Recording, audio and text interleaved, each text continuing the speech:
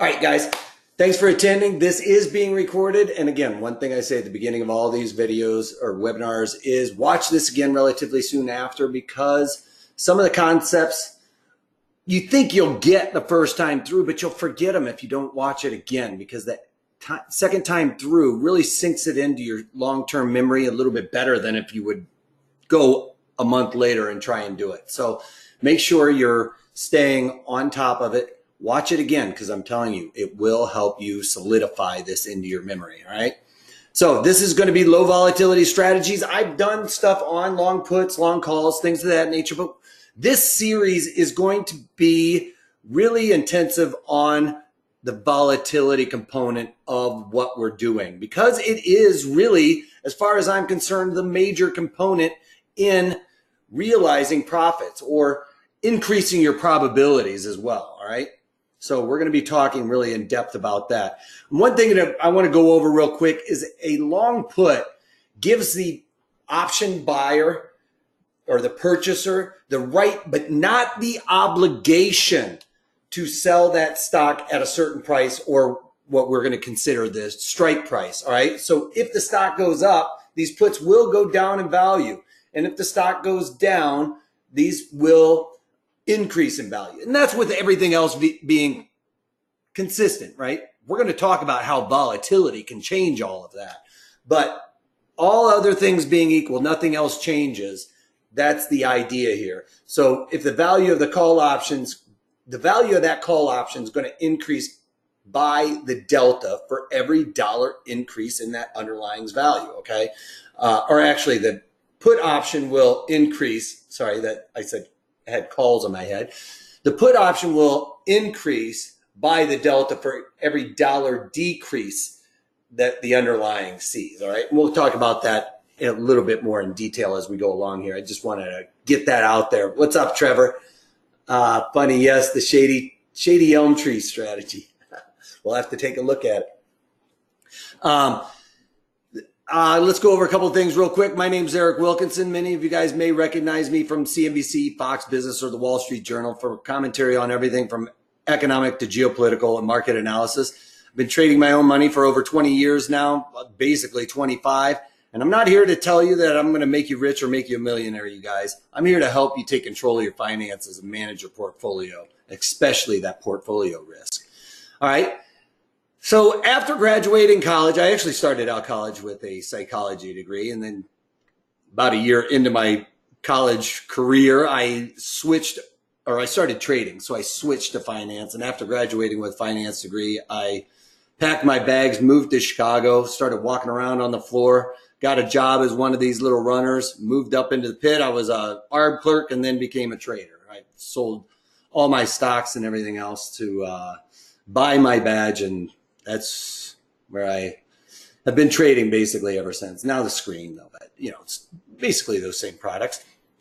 In that time, or let me go over this disclaimer real quick. Anyway, any opinions, news, research, or analysis, or other information contained in this webinar is to be for general commentary and not constitute investment advice, you guys. The reason why is because I don't know your risk parameters. I don't even know what's in your portfolio. So I couldn't possibly tell you something would fit in a portfolio without knowing what's going on in it. All right. So bottom line is do your own homework and remember that past performance of any trading system or methodology is not necessarily indicative of future results. All right. You guys can follow me on Twitter at Wolfman's blog. I do these daily market commentaries where I talk about all the trades I put on and I take off. But in the afternoon, sometimes I add trades and take off trades when I haven't been able to get them off in the morning. So I will tweet those things out. For instance, like Amazon, I didn't get it off before the end of the market commentary, so I just tweeted off today. I'm out of my short deltas in Amazon. That's kind of up to you guys to follow along with me, knowing that my short deltas were long puts in there. So, it's up to you guys to kind of discern that. I don't want to give it all out to everybody at Twitter that isn't following along with you guys. All right. So also you can follow our parent company at ProTraderStrat for all kinds of market wisdom and daily deals, I guess. All right. So I don't think anybody else has blown me up there. What's that? Are you going to teach us how to be a millionaire? I'm out of here. Yes, I'm going to try to teach you to become a millionaire. One thing we used to say on the floor is, as a S&P trader, if you wanted to make millions in the S&P, you had to start out with multi-millions. Or if you wanted to make $1 million in the S&Ps, you had to start out with 2. Meaning you were going to lose on those futures. All right, so Delta, let's go options 101, because we got to get a couple of these things out of the way. I know that some of you guys have been following me for years now, but some of these newer people need to know about a little bit of options 101 and how I go about it. Delta tells you about 6 different things. I'm only going to go over a couple of them here, but one of them, the main one that everybody hears, is Delta affects an options premium in relation to the underlying's first dollar move. That's kind of what I said there at the very beginning. When you buy an option, it gives you the right, but not the obligation. Okay, and that's the beauty in it. You always know what your risk is with this.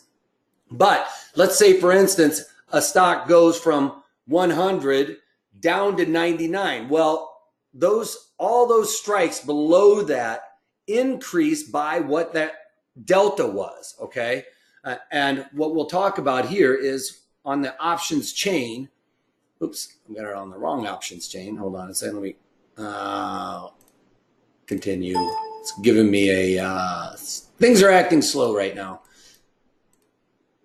because I got too much stuff going on, I guess. All right, so when we're looking at the options chain, and I'm talking about delta, what I'm saying here is I'll look over on the puts. So what is this? Caterpillar. Yeah, because this is a stock I was looking to bet for this webinar.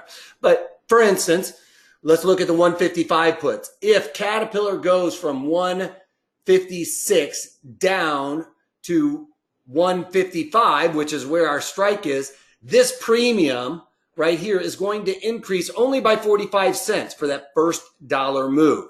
So it's going to go from $3 and let's just say 70 cents, since that's right in the middle.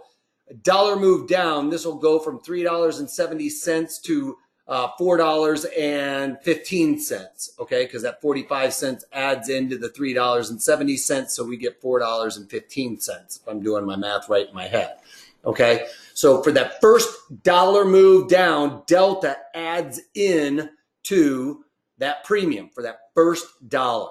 That's what we're talking about. On the second dollar move, we have something called gamma. It's the rate of change to delta on that second dollar move. Yes, it does affect it a little bit in between there, but let's look at it as the second dollar move. Easiest way to think about it. Delta is data. Delta has all kinds of data we can pull up from it. That's why I was saying there's like 6 things we can talk about with delta. Gamma, you think about it as the gain to delta. Gamma's gaining on delta, all right? So if we look at that same options chain again, we'll look at the same 155 puts. We said the first dollar down, this 45 cents adds into that, right? So we're at $4.15. Well, on the second dollar move, we take gamma and add it to the delta for the second dollar move. So that's 49 cents. So now this first dollar move, we went from $3.70 to $4.15. On the second dollar move, we have to add in this extra 49 cents, which gives us $4.64, right? Total. That's all math in my head, you guys, so you can double check me. So that second dollar move, this would have increased to $4.64, I believe. All right. So that's the second dollar move. Gamma is the gain on delta for that second dollar move, if that helps you remember it. Delta is data, probabilities and all of that stuff. Gamma is the gain to delta. All right. And then we also have to look at, we have to know about theta, because all of these things are going to affect our options premium. Now, theta is a little bit option, the impact of time on that premium. And what it is it's negative. All right. And we used to call theta the thief in the night that would come and steal your premiums. Well, that's what happens when you're long premium. Okay. This delta every day ticks away. This theta every day ticks away at the premium. So we could have a dollar move down. Our premiums are going to increase by this 45 cents, but we also lose 7 cents per day. Okay. Does that make sense? Theta is time. All right. It's time decay. So theta decays this, all right? 7 cents a day. And, you obviously can see that this is further away, all right? Also, the closer we get to expiration, we're going to see those theta numbers start to pick up. As you can see now, theta is up to like 26 cents a day for these 155. So the closer we get to expiration, we have to worry about theta. So how do we counteract that? Well, I'll talk about it. We're going to go further out on the timeline, right? Obviously, if we can see that theta increases the closer we get to expiration, we don't want that because we're buying. So we want to get further away from where that expiration is. So this is way too close to be buying options, because the closer we get every day, that theta is also going to increase the closer we get to expiration, right? And because we're dealing with very close to at the money, we need to be concerned about all of these Greeks, all right? So theta is time and impact on. Now, the most important one, obviously, is Vega, right? That's coming from me anyway. And I full-heartedly believe Vega is the most important thing in determining what type of strategy we're going to do, all right?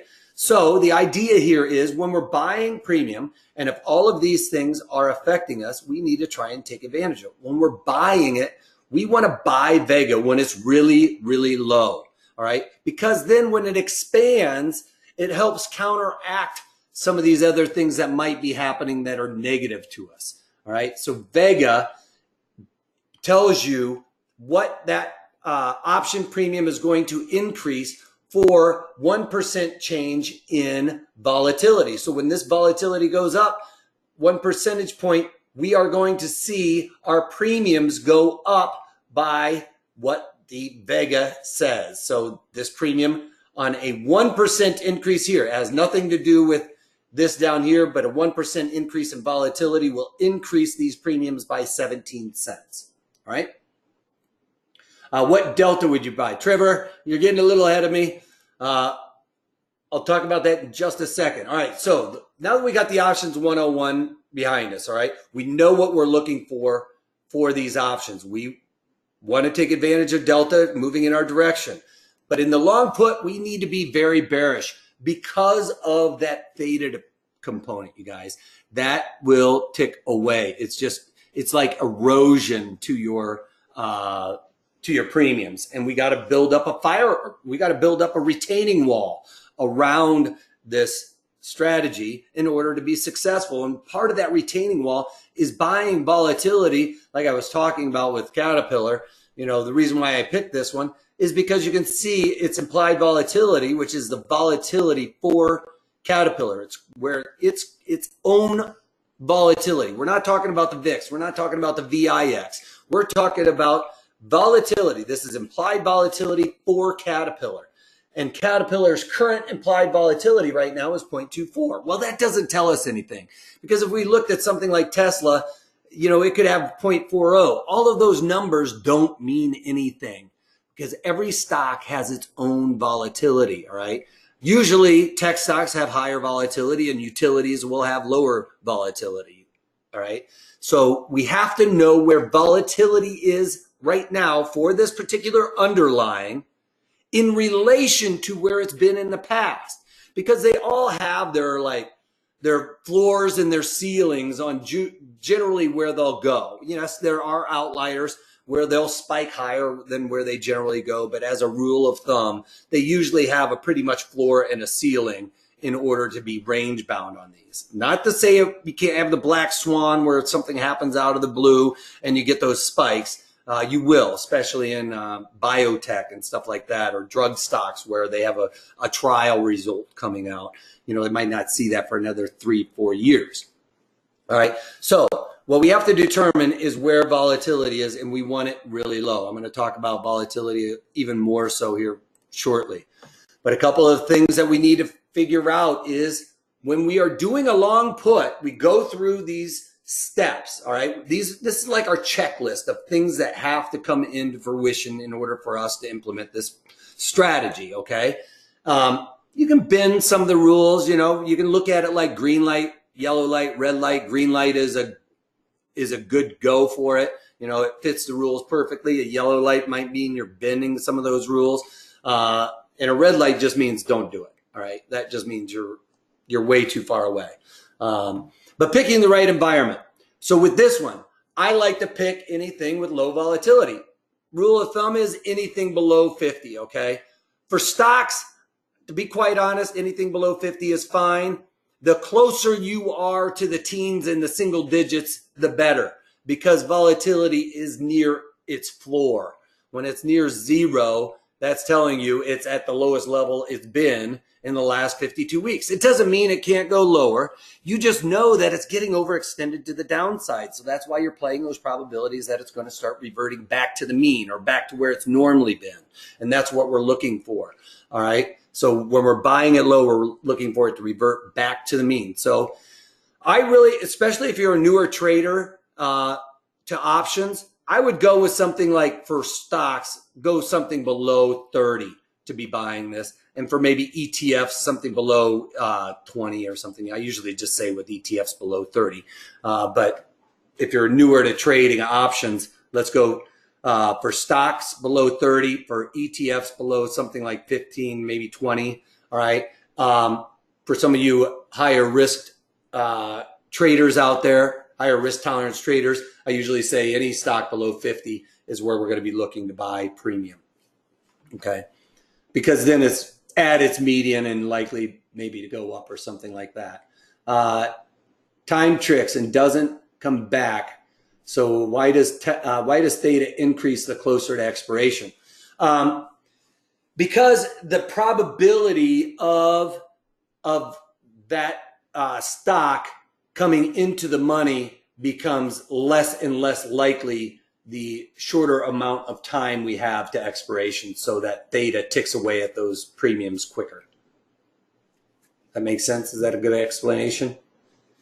All right, so picking the right environment. We want something with low implied volatility. One thing we want to do is, how do you determine what implied volatility percent is? That's what I was talking about. All of these numbers over here, IV percent. Well, the IV percent is determined by where the current, you have a fraction here, all right? In the numerator and the denominator, we're going to come up with two sums and divide them by each other. In the numerator, what we're trying to find the sum of is the current implied volatility, which is 24, minus the low, which is 14. So in the numerator, we have 10. 10 divided by the high, which is 42, minus the low, which is, 14. So 42 minus 14 gives me 28. So 10 divided by 28 means we are in the 30-ish percentile, right? So we can go over here also. It's a cheat, but 34%. All right. That was my back of the napkin math for that other one in my head. I knew it was around the 30 percentile. So 34%, that would fit our rule. Okay. So that's what we're trying to determine by doing the IV percent. Again, we're taking the numerator sum divided by the denominator sum. In the numerator, we have 24 minus the low 14, that's 10, and the high 42 minus the low of 14 gives us 28. So 10 divided by 28 is pretty close to 30%, right? So that's what we're coming up with for an IV percent. That's how you come up with that determination as to whether or not it's in the lower range of where it's been. We would expect it would start increasing. You know, when it gets down here, doesn't mean it can't go lower, but it does mean that when it's down really low, like here, it was probably at the low level and it kept going lower. That's understandable, but you know when it's overextended like that, it's going to want to start increasing. It's the same thing as charts. We look at it the same way, right? Does that make sense for everybody? I don't see any new questions popping up. So that's the right environment. Low volatility for the long put.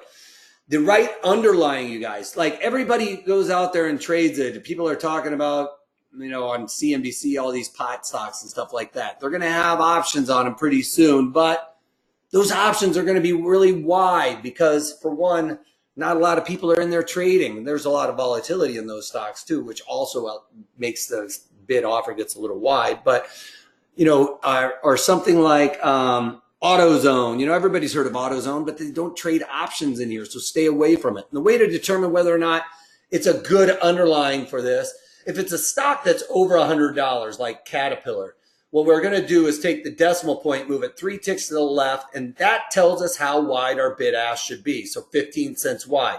You can see that Caterpillar's inside of that.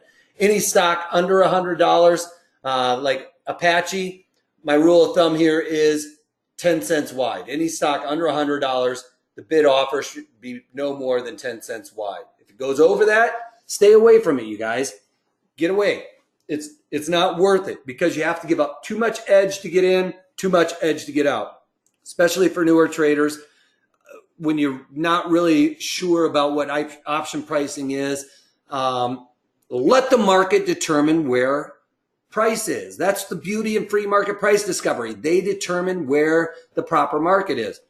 When there's not any participation in there, there's one person making the market probably, let's say.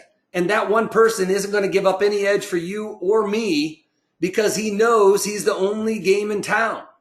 You've got to come to him. So if you have to give up 25 cents to get in, think about it. If nothing else changed, I had to give up 25 cents to get in. I have to wait 2.5 days because theta is only going to tick away 9 cents a day. I have to wait 2.5 days in order just to get a scratch.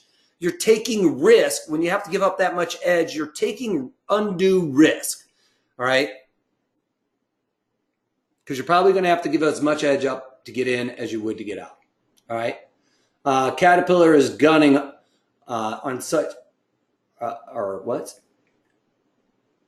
Caterpillar is what? On such lows. Are you going to play a pullback in cat? Trevor, that's exactly why I was looking at this, because I was vetting a couple of ideas. I think Caterpillar and that sector is primed to pull back, at least for the near term. All right. So that was, did I understand the right underlying? You guys get that? Stock under $100, these bid offers should be 10 cents wide or less.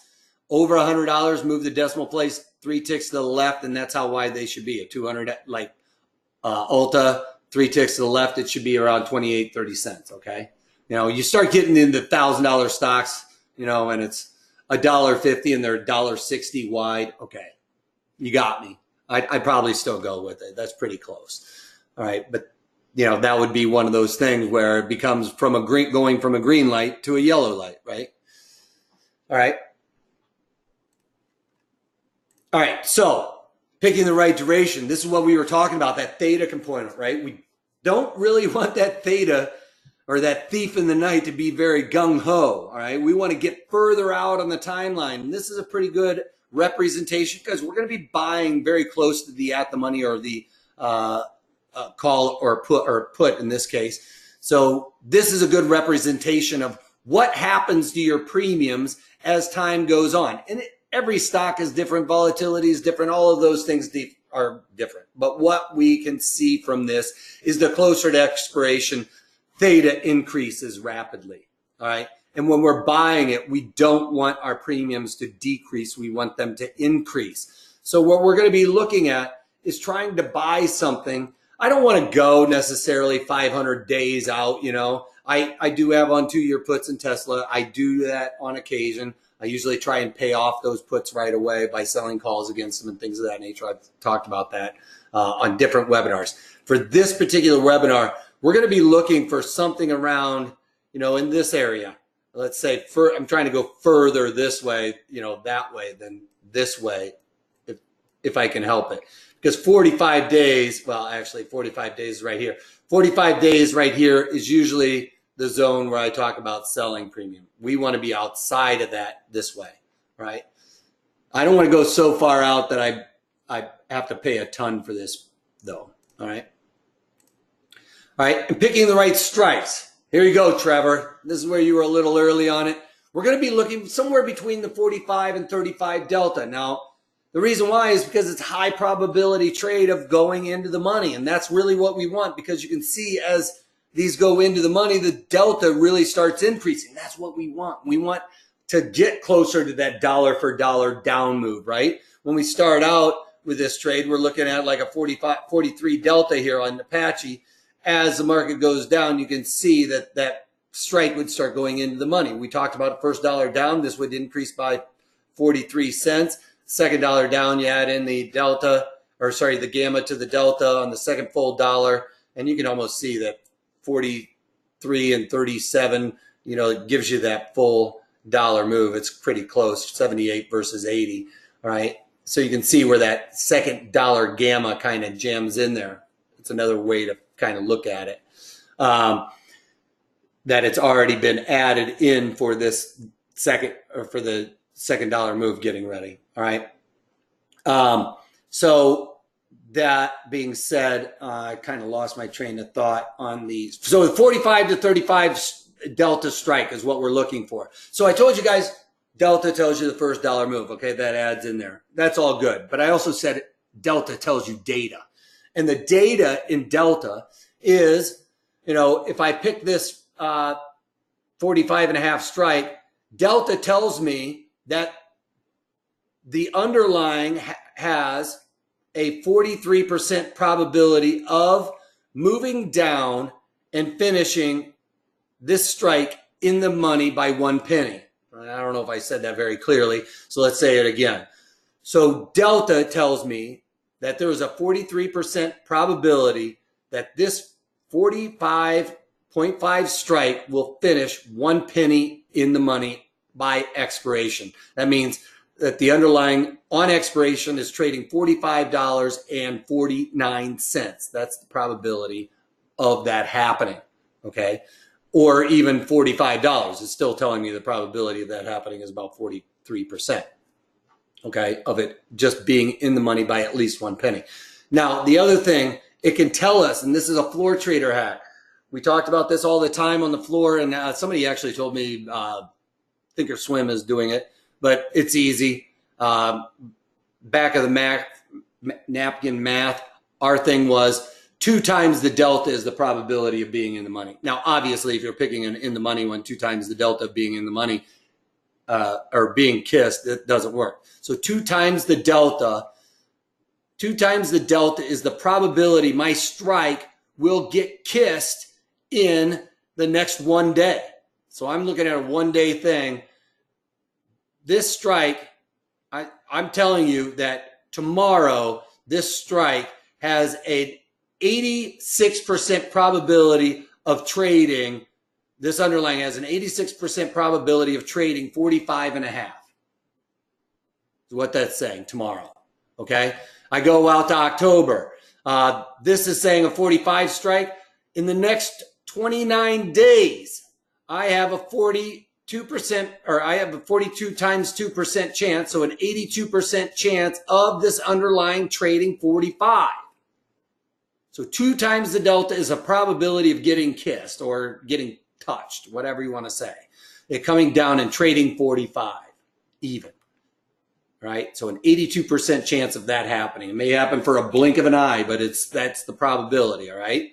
So that's what we're trying to play on. We got close to a 50% probability of being in the money and an 80% or 84% probability of being tested or being kissed, or however you want to say it, right? And those are pretty darn good probabilities, to be quite honest, especially for a low probability strategy like the long put, all right? I'm not saying this is the highest probability strategy, but these are ways to increase those probabilities. And the way to increase them even further in our favor is that environment, all right? Higher implied volatility in and around these stocks increases our probability of being kissed, so that pushes it out the timeline. We're able to get further away and collect that same premium, all right?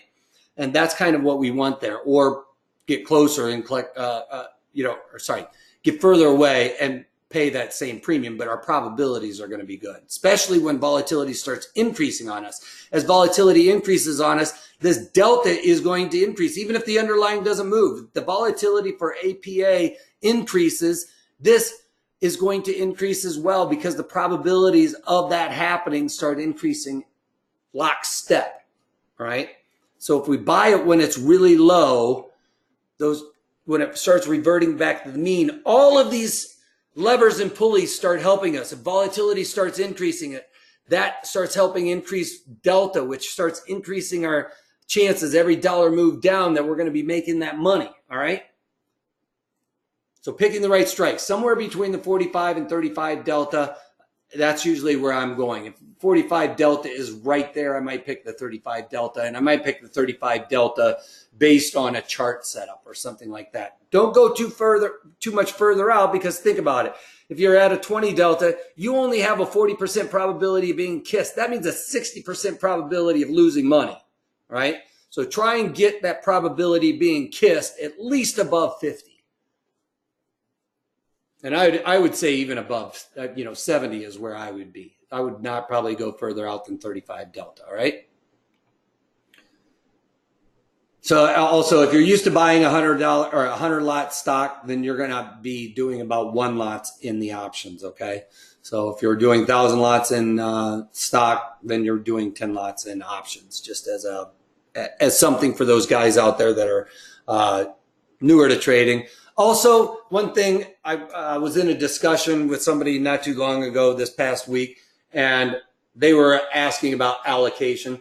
I would not allocate any more than probably 5 to maybe 10% on any one underlying or strategy. That would be as extreme as I would go. No matter how sure you are, there is a high likelihood you're going to be wrong. All right. Know your exit strategy before entering the trade. I look at a 50% increase in my premium to get out. All right. If you like really using the Fibonacci's and stuff like that, I have no problem with that. If you're looking at, let's just say Apache bearish, that looks pretty bearish to me. With low, this might be one we need to look at. If you're bearish to this, like say for instance, all right, I think it's going to go down to the point of control. Maybe you're looking at Fibonacci's that aren't going to work for me. I don't want that Fibonacci because I want to go from this high. I'm just going to do it dirty. I'm not going to do it proper. But if you look at Fibonacci's and stuff like that, it's broken this support level. It's going to break down to here. Maybe you're thinking it'll come down here and settle down. I would probably pick a strike right here around the 40, somewhere between the 44 and the 43 strike, whatever would make my market want to come down here. That's probably where I would start to look, somewhere between the 43 and the 44 strike. I actually, because it's the 45 strike, this is a 22 delta. I'm going to be looking at this 45, all right? Because I don't want that 20 delta. It's too far away. As a matter of fact, I'm sorry, I'm looking at the wrong month. I'm looking at the 29 days to expiration. We need to go further out. I usually don't like going this far out, but because Apache doesn't have the NOV and the Ds, you'd have to go out this far and try and do these. Also, my rule of thumb with that picking the right underlying 10 cents wide doesn't apply to these ones that are a year out or 6 months out. The way to look for that is look at the ones that are close to expiration, 35 days or so inside, to determine that, and then go out here. The idea being that there's not a lot of participation out here yet. You're going to be one of the first guys in here, but if there's a lot of participation in these, they're going to be rolling out to these. There's going to be participation in there when we're ready to pull the trigger on this. All right.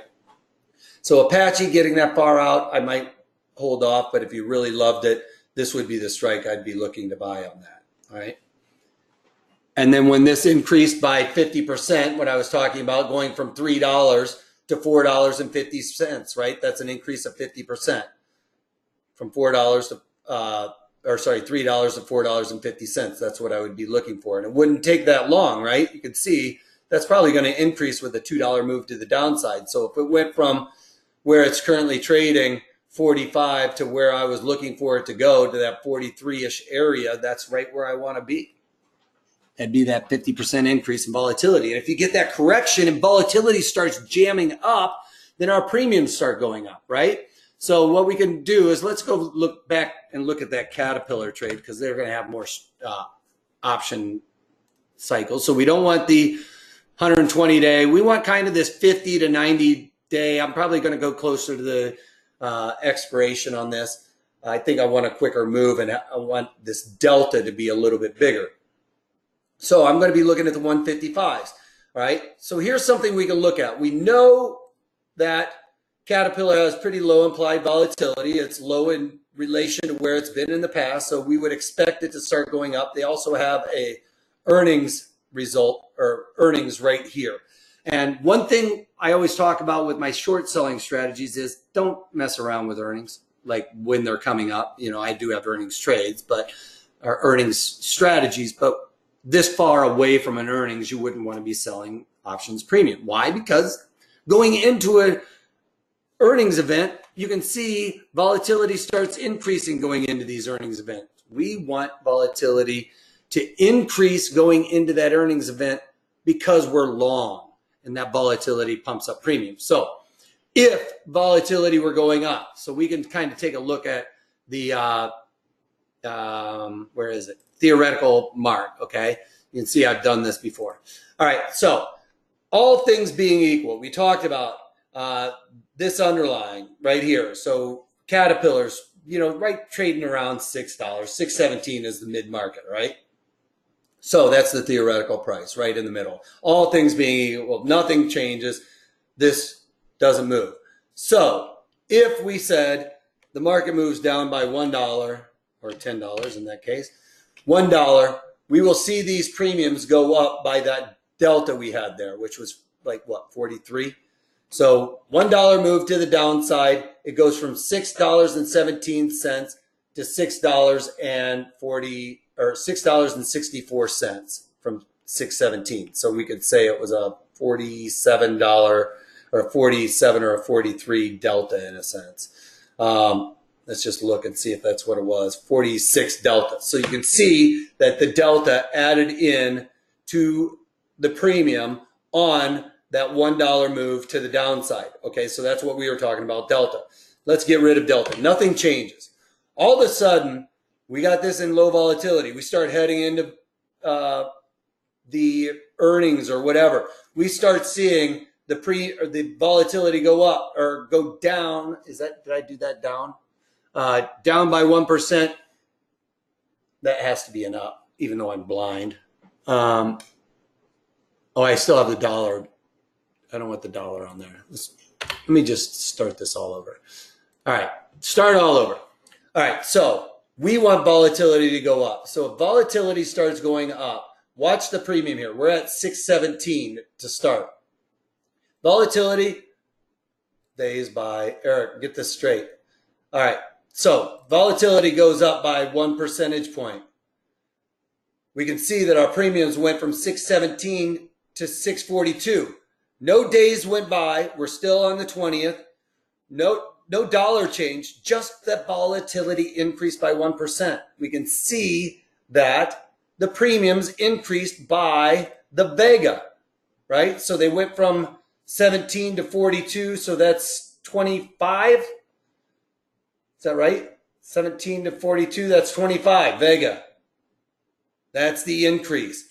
You can also see why we don't want to see implied volatility to go down, right? Because if volatility starts going down by that premium by 1 percentage point, we're going to lose that 25 cents.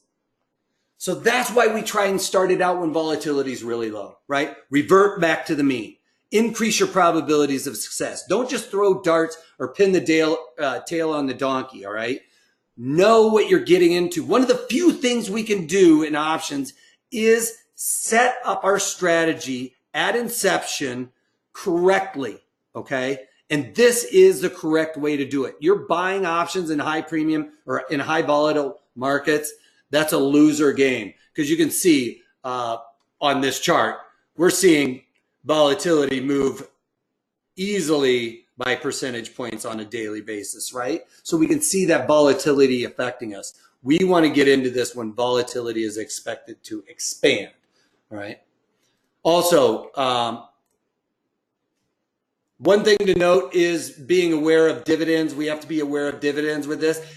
On the call side, it was a negative. To the put side, it's going to help us because when we get a dividend on that ex-dividend date, the stock is expected to drop by that dividend on that dividend date.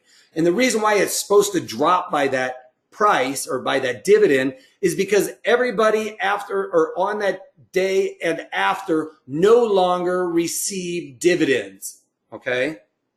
So they are getting paid, in a sense, that dividend by getting a discount in the stock. Now, that is in theory. There's stocks that jump on dividend, ex-dividend dates. I'm not going to tell you it doesn't happen, but that's what's expected. So a drop in the stock price by the dividend would help us, right? Because that would lower and go in our favor. So be aware of dividends. You can play that in there if you want. It should not hurt you, but it can. I've seen Apple jump dollars on a dollar dividend day. All right, so our max profit, in a sense, is unlimited to go to zero. I'm never going to ride this to zero, you guys. Well, I might ride Tesla to zero, but that's not the strategy. I did 2-year puts on that. So unlimited profit, but it is limited to the downside. But it's, you know, it's going to feel unlimited in a sense. Max loss is going to be the premium we paid. The beauty in options, buying options, you have the right but not the obligation, right? It's because you paid for that right, all right? You're paying for that right to do it and not be obligated to sell that stock at that price. Okay, see a couple questions coming up. Let me answer those real quick. Do you think the Caterpillar is going to pull back? I answered that one, right? When would you buy an in-the-money option, 65 to 79 delta? That would be on a spread, and I do that where we do spreads when I do my call spreads and put spreads, and I've got that coming up. I'll talk about that more in detail. So is this a volatility trade or a gamma trade? This is more of a volatility trade, to be quite honest, because we're further out that gamma is not going to be able to affect us as much. Gamma trades, and I've done webinars on how to trade gamma and do gamma trading. That is when you're closer to expiration because you want that big fat gamma move, all right, where it can help you on dollar for dollar in some instances, all right. And then to buy a 35 to 45 delta on the OB underlying, that's how low IV prior to reporting, less than 45 days reporting, so it will go up. Can you rewrite that, Banu? I'm not sure I followed that, and it's probably because I'm trying to comprehend while I'm reading. Let me just see if the idea is if we can get into low volatility environments, the probability is that all of them are going to go back up, right? You can see when we have really low implied volatility, you know, these are in the teens. And that's why I was saying if you're newer to options trading, get somewhere below 20 or 30 because you can see that when it gets down this low, it doesn't always get to those lows. But the idea is that when it gets this low, like this even, it's going to want to start creeping up. And that helps us. That creeping up helps us offset that theta decay, right? Because our volatility component increasing by 1% kind of offsets that theta decay happening by 1 day. So that's why it's really important as well. Last thing we want to see is volatility fall out of bed on us and the theta component happening and all of that stuff. And then our delta is not working for us. So all of those things being equal, make sure you try and set it up in the right environment so that you can avoid those pitfalls. Those pitfalls are the things that you can't really adjust once you're getting into this trade. So set it up properly in the beginning, all right?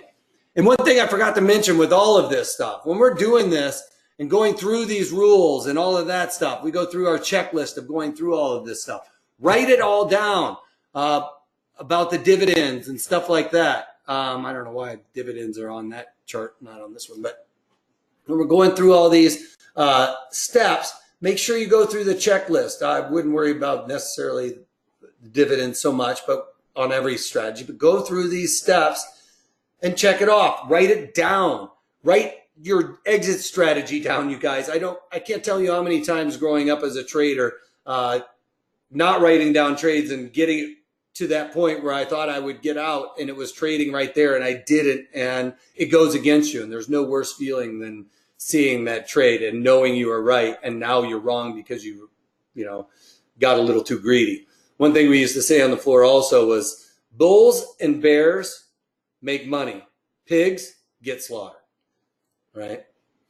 So our break even is that long option plus the premium paid. So in that example, we were looking at Caterpillar, I believe, or whatever it was. Let's just look at Caterpillar because you guys all know I already vetted it. And then this is, you guys start throwing out stocks in the questions box, and I'll try and go over them. I've got a couple I vetted, but not all of them. This one we know we have low implied volatility, right? To me, it looks a little toppy. It's kind of gotten up. Somebody could say that it got above this. I think it's going to roll over and come back to the point of control or something like that. Let's just say that's my thesis on it. And heading into that earnings that I talked about, that kind of lands like right here, that'll help volatility increase going into that. I'm going to be trying to land in this month. All right. So I'm looking somewhere down here, the 155s or whatever, or 155s, I think it was. So I'm 57 days out. I'm going to be looking at this. I know that the whole volatility thing right now, right? 46 delta, it's kind of a pick 'em for you, right? I'm going to go with the closer to the at the money because that's usually what I do, and these are the ones I would buy. Now, with this, I always do premium buying strategies about, an idea would to think about it is if you had a $100,000 account, you might want to risk, a couple of $1,000s, right? So if you have a $50,000 account or $50,000 account, I'd probably only risk about 600 on it, right? You could do it 600 if you wanted to risk $1,000. Think of it that way, right? And be willing to get rid of it, because one of the things with me and this strategy is usually when I'm buying strategies like this, I'm going to write it into the sunset, all right? One thing that I have a buddy that does, he has a time stop on his stuff. If it doesn't start working out, as a matter of fact, you can hear my phone rattling over here. That's the guy that's texting me. That if it doesn't happen in 5 days, if it's not, the chart setup doesn't work in 5 days, then I'm out of this strategy no matter what. You can do that. I don't have a problem with that, on a losing strategy. 5 days, I'm out. If I lose 50% of the value of my premium, gets to $3 in this sense, I'd probably be looking to get out as well. So think about it as a 50% decrease in the premium or a 50% increase in the premium is where you're looking to get out of these strategies, okay? Why won't you sell a 20 delta put also? Well, in this, to sell that 20 delta put, it doesn't really, it's not going to help me a whole lot. Yeah, it will decrease my spread there, but in this case, when I'm selling it, it's too tight for this type of strategy when we're this low. I'm going to go over the reasons why I do my long put and long call strategies the way I do them, and I think that you'll find them very compelling, right? So that one's coming up pretty soon too, so it's going to be a part of this volatility series. All right, and I'll talk about that in that webinar. I don't really have the time to talk about all those other ones right now. All right, so somebody threw one out. Am I getting everybody's strategies overbought? I saw that. Looking at an APC chart, I would be looking for an inverted head and shoulders. How about you? I don't know. I haven't looked at it. Let's check it. Look, was APC. Let's delete that.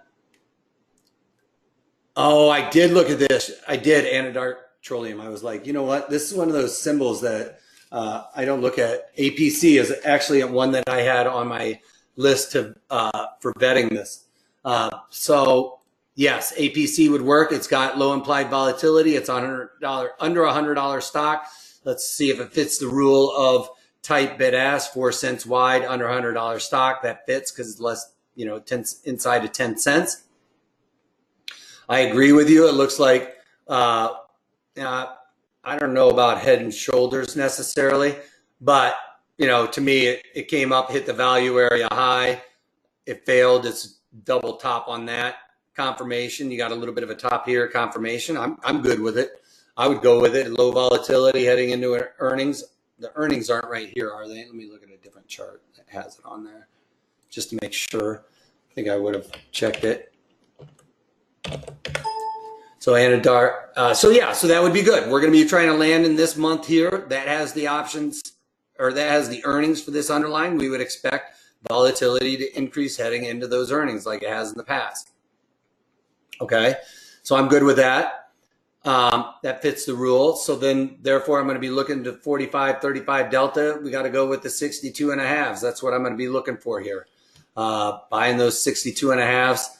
And I'd probably do this, you know, maybe a 5 lot or something like that. Because I usually on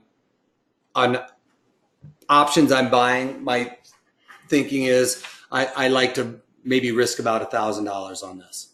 All right. So I'd probably be doing about a 5 lot on this. You know, depending on how sure, I might increase it a little bit if I was, you know, this is a great setup and I might increase it a little bit. If I'm not so sure about it, decrease that a little bit. Right.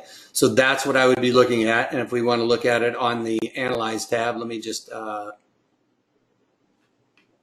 don't know why that's on there. I have something clicked wrong.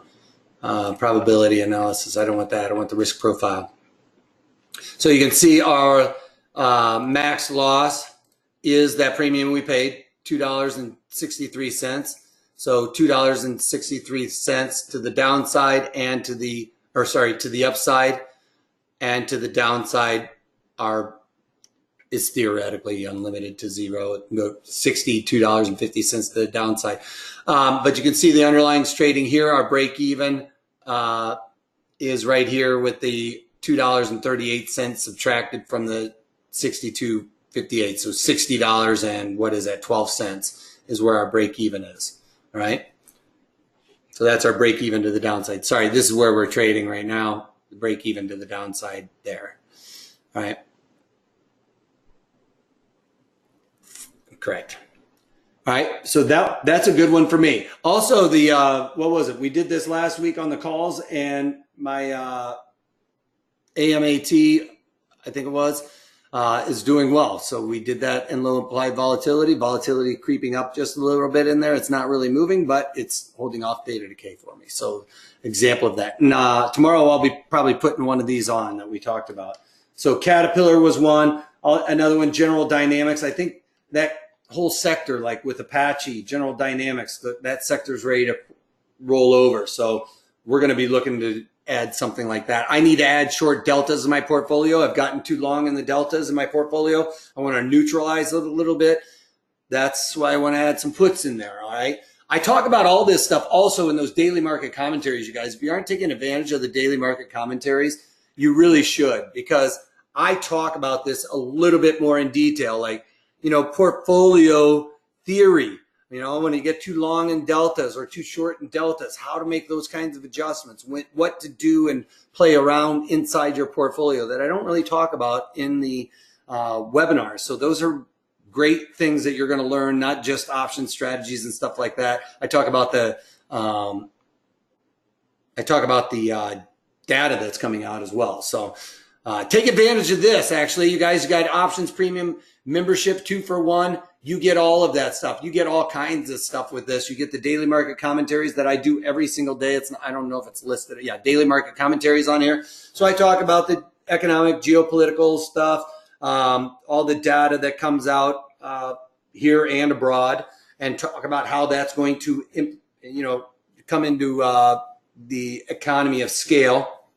Also, you get access to all of my other webinars and the workshops. I have different videos where they're like 15 minutes long that goes over these strategies just kind of real quickly, just to give you a refresher course of what the rules are, max profit, all of those things, just a little refresher course for you so you can check those off. And if you're watching those major webinars that I've done in the past, there's like a way to check it off. You basically just click on the box, check it off so that you know that you've already watched it. Also, you get unlimited access to me. This link is in the chat window, you guys. We're going back and forth in the questions box. I put the link for this in the chat window. If you're watching it on tape delay, you're going to have to pause it and type this into your URL, but it's over there in the chat. You'll have to do the drop down and click on that link. Also, you get unlimited access to me. I know a lot of you guys, I'm not going to name a bunch of names, but I see a lot of you guys out there have reached out to me about strategies and stuff like that. I get back to you immediately, if not sooner. All right. I have a no inbox policy in my email that I want to get back to everybody as soon as I hear that thing ding. Because I know when you have a question, you want an answer right away because there's real money at stake here. So I take that to heart. I'm going to get back to you. If I can't give you an answer in an email, I'm going to be like, hey, let's get on the phone right now and figure this thing out. All right. To make sure you guys are clear of concept and know what I would do in that situation. I see a couple of you guys are blowing me up over there. I will get to that here in a second. Let me just finish up here. I want to thank you guys first of all. And later webinars, we're going to be drilling down on option components, how I trade those options, and when and where I find those trades appropriate. Where I find them appropriate for me, you have to figure out if it's appropriate for you. Here's also the link that you'll have to pause. It's not a hot link or anything. If you're watching this on tape delay, the real link is in the chat window if you're watching this live. And I want to thank you guys all for watching. If you have any questions, 310-598-6677 or email us at trading@protraderstrategies.com. All right.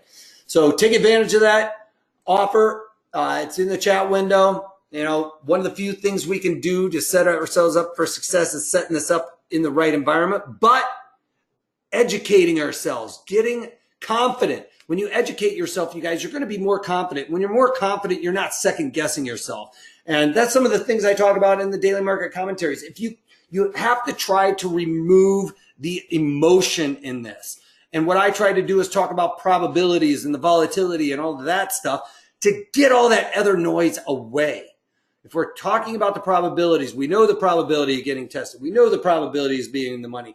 All right. We know all of that stuff. That will allow us to sleep at night. Okay. You're not going to be so antsy like when you're trading futures and stuff like that, where you're up in the middle of the night just checking to see where it's at and see if you got stopped out or if you got filled or all of that stuff. All of that goes away when you're trading options. And when you're following my rules, you guys are going to be so much happier and be at peace with yourself. I can almost assure you.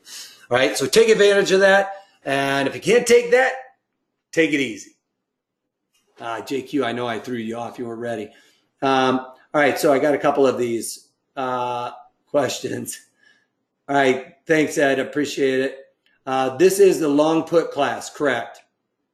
Why won't you use the $20? Oh, I answered that one though, right? Banu, we're going to be doing that in the next week or so.